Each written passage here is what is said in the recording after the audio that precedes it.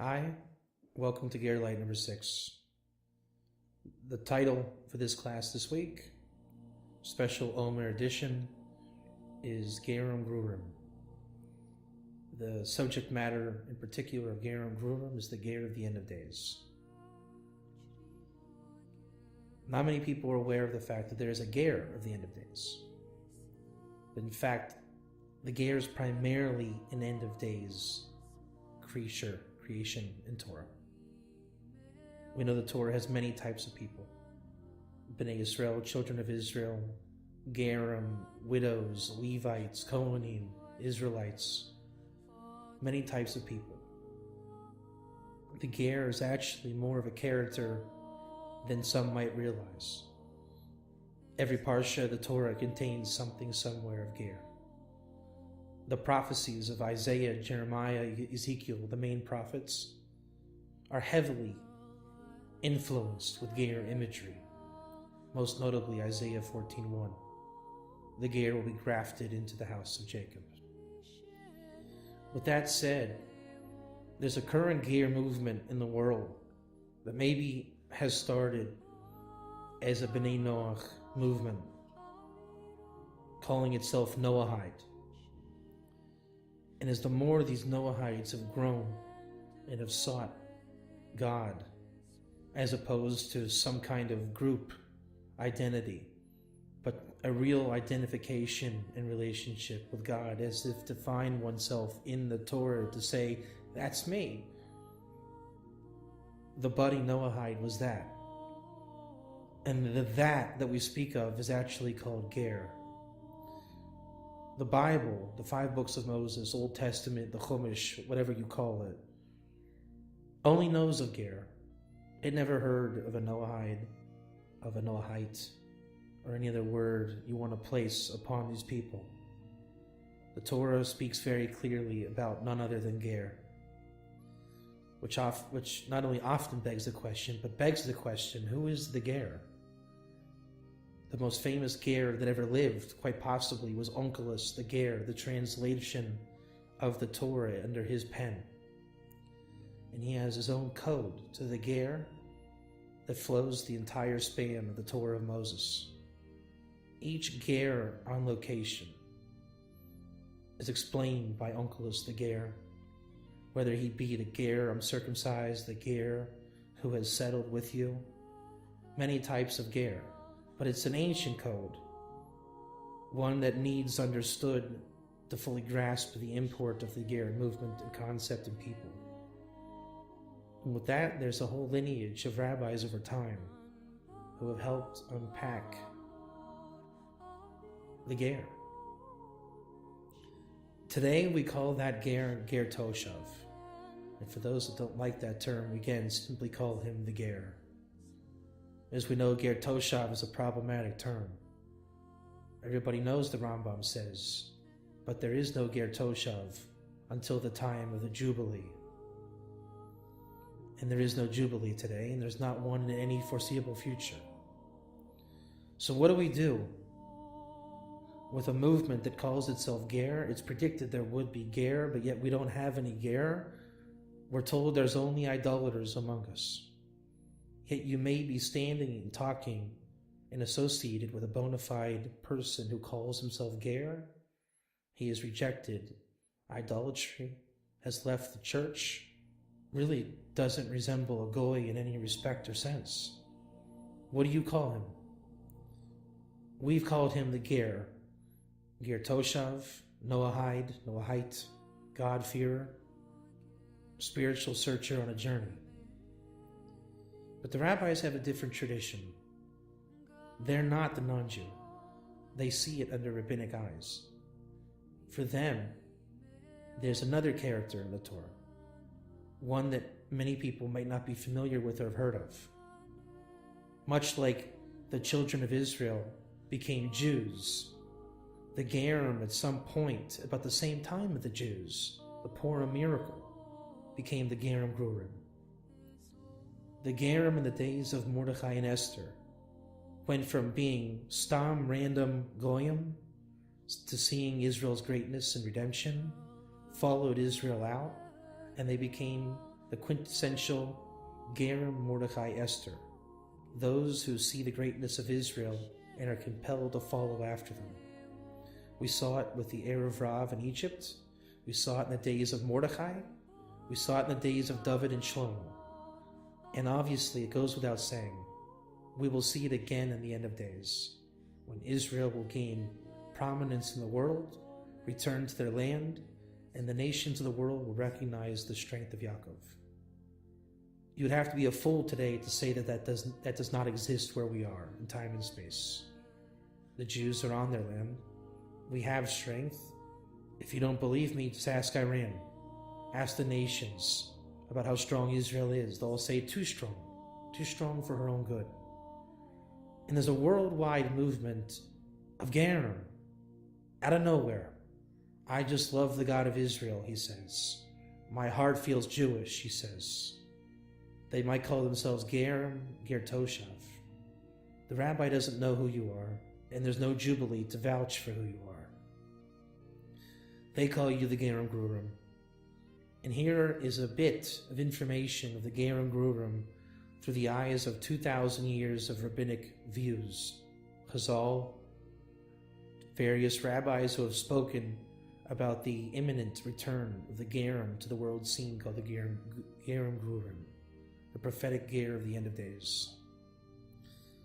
The first rabbi we'll bring to the stage is the first chief rabbi of Israel, who followed in the footsteps of Rav Kook, the father of Zionism and the modern state of Israel.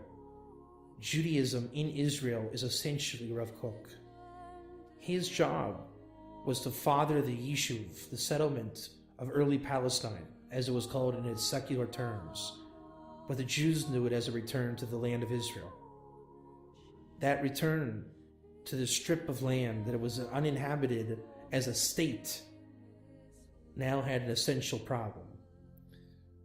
Even though it was inhabited by Jews since the time of the second destruction and obviously beforehand, now that it's institutionalized as a people, a nation, a place, a concept in the world, several key issues would come to the forefront. How do we deal with a Jew in the land of Israel, a true Israelite on his land after 2,000 years of waiting? And with a world of Gerim Grurim looking on, what are they going to do? How do they eat? Is the land holy and kosher? Is it spiritual still with the Shekhinah? Does there have to be provisions and takanas, gezeras, establishments to make living here possible? How do we use the Torah to live in the land of Israel? Number one, every 7 years there's a Shemitah. The land goes to rest, and you can not do certain things with the land that requires a non-Jew to be in partnership with the Jews. This state of existence, Jews in the land having to deal with this, and the non-Jewish requirement of cooperation with the Jews in order for their Yishuv to work. Rav Kook had to deal with such a situation, and the solution was the Ger Toshav. In fact, the Ger Toshav never wasn't. It always was, is, and will be. Many people think that only with the Jubilee is there a Ger Toshav. The Brisker Rav will tell you that's actually not true. There are ways of a lesser existence without the Jubilee. Much like a married couple who separates in time of impurity, the non-Jubilee Ger has a lack of full rights granted. That does not mean he does not exist. His 7 laws of Noah, craftsmanship and guardian, and fulfillment of these laws guarantees that he is a Ger Toshav and has right to live in the land. And the Jewish living in the land is contingent and requires him to exist.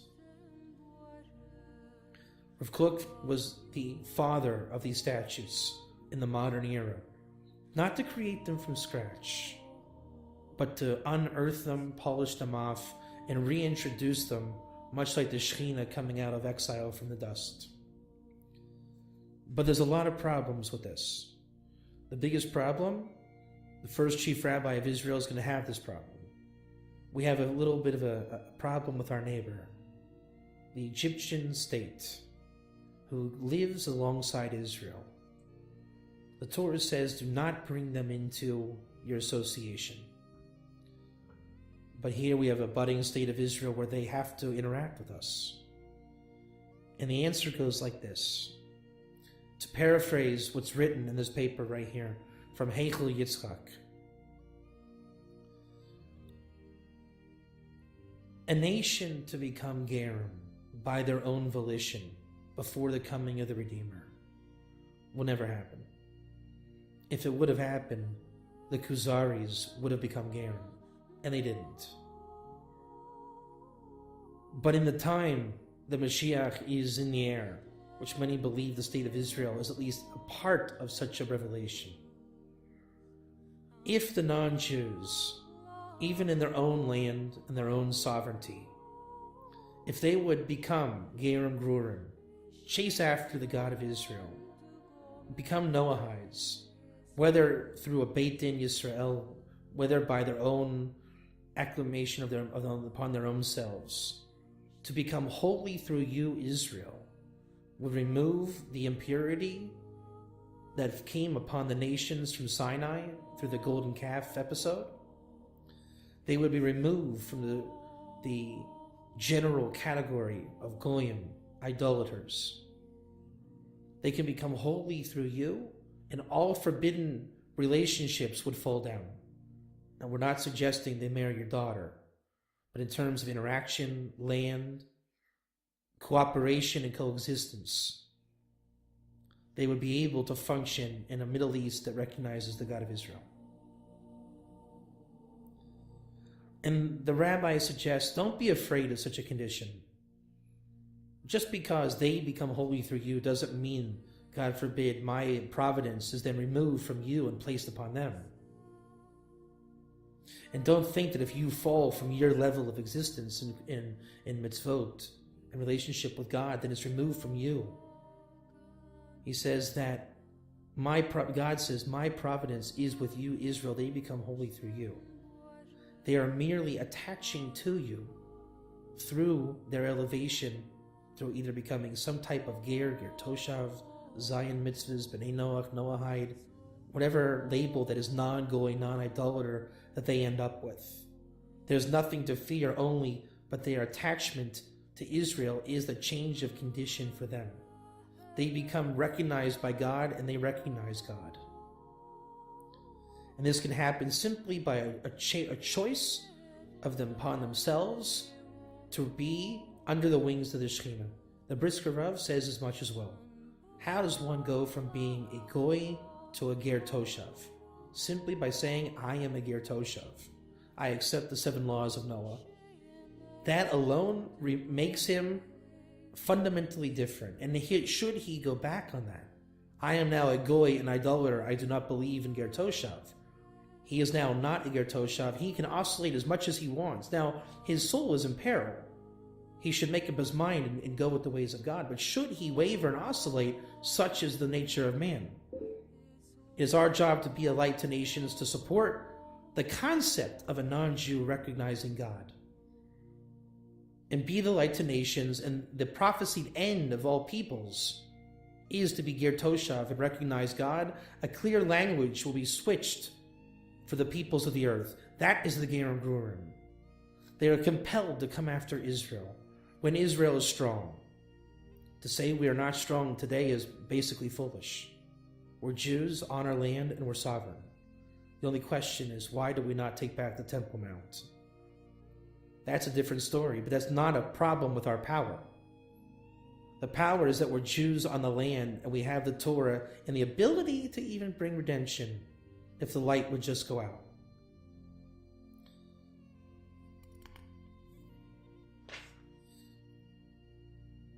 To continue about the Gerim Grurim, there's a famous passage in Avodah Zorah, I believe 3b. They will be donned and clad with, or lad and clad, whatever the word is, with their tefillin on their head and their arms, tzitzit hanging from their clothes, mezuzah in their doorpost, and they're going to come. Many people say this is a type of Messianic Jew, which fits the imagery quite well. And that is the Gerim Grurim. Some will come with a brazen approach and chutzpah, and we are the true Jews. We have tefillin. And the Torah says, come. We've been waiting for you and anticipating. You're going to come by your own strength when Israel's not able to accept you, says Rashi as the definition of Gerim Grurim. So such things are not unprecedented. These things are not unexpected. They might not be the best approach to say, come and be chutzpahdik, to come and knock your way in. But yet it has been anticipated. The next logical question is, what is Gerim Grurim? What is Grurim? Grurim comes from the language garor. Monag al yidei aliyas madregas ruchnius, says the Ramchal. They go up in the level of spirituality. Jews are not saying, hey, come aboard and be one of us. In fact, we're saying, don't come. Simply from lack of information, lack of precedent, lack of calling.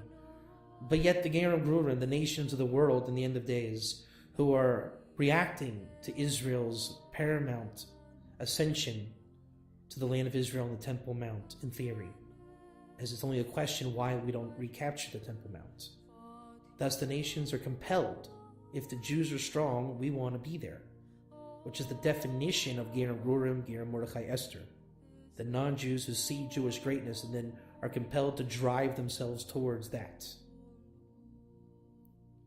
Grur means to be dragged. Even against their will, they say, in my heart I feel Jewish, in my heart I feel for Israel, in my heart I recognize the God of Israel. I must go to these people. Fantastic as it may be, we see it in our days. Thus the language of Gerim Grurim is Gerim who are megayer. They're converting their souls. They're removing the separation. That is the conversion, to allow the penetration of God. And the Grur is dynamically progressing forward for a spiritual ascension, simply wishing to shed the label of goy, idolater, and exchanging it for a child of God. Another connotation is they're coming from very far, and now they happen to be close. Who could fathom such an existence in the history of creation? Yet with advents of the internet, suddenly you can have them knocking on your internet door. So far away, and yet Skype phone calls all day long can be like your next door neighbor. Far and near doesn't exist in this generation. All that knock or wish to come close can and do become close. We've all heard about the Erev Rav, the mixed multitude, the evil, the Amalek, the golden calf. And it's become a bad word. Nobody wants to be Erev Rav. God forbid. Am I Erev Rav? They ask. The answer is yes, you are. And it's not a bad word. It's not what we thought it was. It's not the boogeyman. The Erev Rav is the spiritual entity that says a mixed multitude is coming with you. What becomes of them? That's the question. If you want to create anti-Semitism in the world, yes, you can create an Amalekite from that. Not hard. But you can also create the Ger. Moses brought out the Erev Rav. God said no, but God was putting the friction necessary for the Gerim. And Moses said, the goal of Torah and Jew is to make Gerim. Thus, the first level of the Erev Rav as Gerim Grurim is to come out, be removed, and shake the evil out of them. Maybe you could call that the Nachri stage, where you first realize perhaps Jesus is not the Messiah. Then you have the Noahide stage. Then there's many stages, infinite amount of stages. But eventually one will settle and say, where I am, I'm good with God, I'm good with you, I'm good with the Torah of Israel. At that point, there's no more Erev Rav. There's no more klippa or shell or impurity or division. Only the good remains, and that is what attaches itself to Israel. Should you not wish to attach to Israel, that's your prerogative as well. But the focus and scope of Gerim Grurim is the perpetual motion to come close until you say, I'm close enough to the point where I'm settled. I'm comfortable where I am. And inevitably, that's when Israel, as much as they push off the Gerim Grurim, in the end, as it says, we come to accept them. It's when we find the happy medium That's when the acceptance is granted.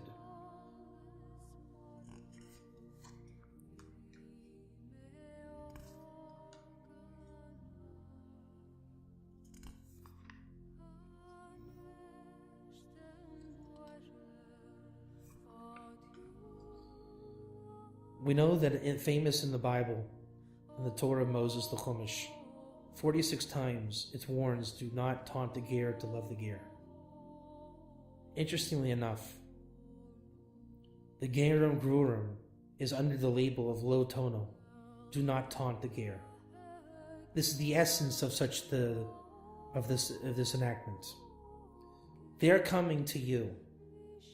They are the most vulnerable for taunting. They're coming in. You're saying, who are you? Why would you come to us? You don't belong here. And it can become quite nasty, rude, unwarranted. And the Torah says, love the ger. You don't have to bring them over. You don't have to marry your daughter to them, share wine, get drunk, have a jolly good time. But don't be rude. The Talmud says, even the idolater, you don't send him away to throw him back to the pit. And for that, you love the ger and you don't taunt the ger. The Gerim Grurim are even attached on the 12 tribes of Israel coming out of Egypt. This is the secret behind Jacob's wives, Rachel, Leah, and the maidservants, the Shifchot. As prophecy within Jacob himself, the Gerim Grurim would find what to attach to. These would become the Nilvim, the attachments to Jacob. As we mentioned, Isaiah 14:1. They'll become the Nilvim, the attachment grafted into the house of Jacob. In the end, they will be brought in. They will not become converts. There will be no more need for a convert. They will simply be the Gerim, the fourth house of Israel, those of it who have turned their soul to recognize God. At that point, there is no Gerim Grurim. There's Ger Toshav, who on that day Hashem is one, His name is one, and the world will be turned to the language of God, a clear language for them all.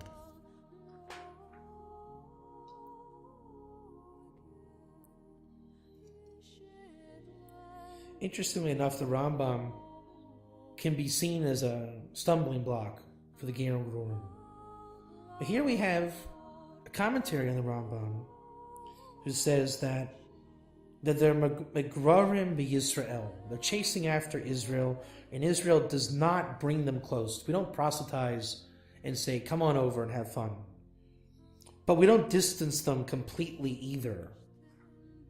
In fact, what we do is eventually we deal with the Gerim Grurim, Ger Toshav, and we settle them with where they're supposed to be. And there's a world of vernacular and rabbinic terminology that simply educates the rabbi who are the Gerim. And at that point, there's no need to stick with labels, but they're simply Ger, and they are attached to Israel, and they simply want a relationship with God. And to continue the line with the Rambam, a whole plethora and world of new terminology comes about. The Gerim Grurim, who complete their conversion, so to speak, they made it in by their own volition and determination. He becomes Ger Gamor. He completed his Ger Grurim. He's settled. He's Giura, according to Onkelos. You might know him as the Ger Tzedek. But the interesting new term come about, and this Ger Tzedek convert is actually Ger Tzedek Lechatchila. He did it the optimal way. He dunked, he circumcised, will marry him to your daughter to him. You don't have to check with him for the wine and kashrut. He is effectively an Israelite. But the Ger who does not just dunk and say, I take on everything, here I am. We're suspicious of him. We don't want to share wine simply because he's not Jewish, doesn't want to be Jewish, doesn't have to be Jewish. He wants God. It's our job to not taunt him, to love him, educate about God, simply be a mensch, light to nations. Help your fellow man. He's allowed to learn Torah, he can do the mitzvot. He is settled where he wants to be. An interesting term the Rambam says, Ger Tzedek B'diavad, meaning he's Ger, he's righteous, but B'diavad, meaning He's not Jewish. Bedi Evid in Lech Adchila means like this. Let's suppose that the shecht a giraffe who has a massive neck. You say the best place to shecht a giraffe is here, by tradition. But because the neck is so long, it could be anywhere.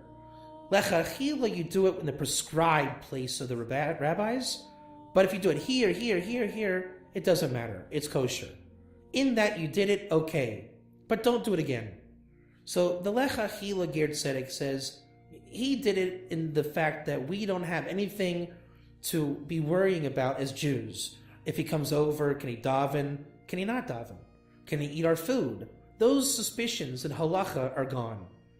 The Ger Toshav, it's a big question. If we have 9 men in a minyan, can he be the 10th man? We don't know. Those answers come up when we need to come up with the answer, i.e. you look into the books and you find the answer. But if you're not motivated to find the answer, you don't know the answer. So you're not supposed to pray with 9 Jews and a non-Jew. But Bedi Evid you might have to, if that's the halacha. I mean, you don't set out to do it, but if it happens, it happens. And Jewish halacha operates like this on every level. The Gerim Grurim are that. And a very simple answer for over time has been, if you convert, it's easier for everybody. But yet we're in a bit of cognitive dissonance that we don't make proselytes or convert. We don't make converts. Compare that with the fact that we do make Gerim, and you're looking at a very divided people. And for that reason, we don't accept converts in the end of days. It's a complicated world of the Gerim Grurim, but not without precedent and not without the proper literature. And the distinctions and labels don't need to be. Because again, Gerim Grurim is a rabbinic halachic term to simply say din of a Ger Toshav, or in other words, he keeps the 7 laws of Noah. And in the end of days, there will be the Gerim Grurim in rabbinic terms. In the prophetic terms, there will be the Nevi'im, the attachments to Jacob. The Ger of the Bible of Moses, the Chumash, speaks simply of Ger. Sometimes it's the Ger with you, the Ger in your gate, the Ger of the future. Our job is to be ready when the Gerim Grurim are to come back. And if we are as strong as the land of Israel says we are, and we are seeing the Gerim Grurim before us, then it is paramount, in the words of Rabbi Ginsburg, if we have sovereignty in our land, then it is our responsibility and duty to be a light to the Gerim Grurim. But for those that don't feel so comfortable with these terms, Ger Tzedek, Bedi Evid, L'chila, Gerim Grurim, Gerim Mordechai Esther, Gerim, they're simply Ger. Even Toshav is a label of how they'll be in the end of days in recognition with God. The Torah of Moses simply calls them Ger. And whatever they call themselves, or the attachments of Israel, is really irrelevant. There will be a people coming who fear God and see the greatness of God in the end of days. God willing, we're there now, and it is our duty and responsibility of light to nations to be light to nations and make God proud and visible to all in the world, because that is the truth. Is that God's light is in the world, and it is our job to serve in that light. And that happens nowhere really but in the completion and fulfillment of the 3rd temple may be built soon in our days, where all nations and peoples will come and recognize God, serve God, pray to God. And I'll close on this note. In those days, I will switch their language to a clear and simple, smooth language. That's what will be spoken in the Holy Temple, the 3rd temple that will become built. And may it come soon in our days, all men to be able to interact in a world that understands God. Amen. Can hear its home. God bless.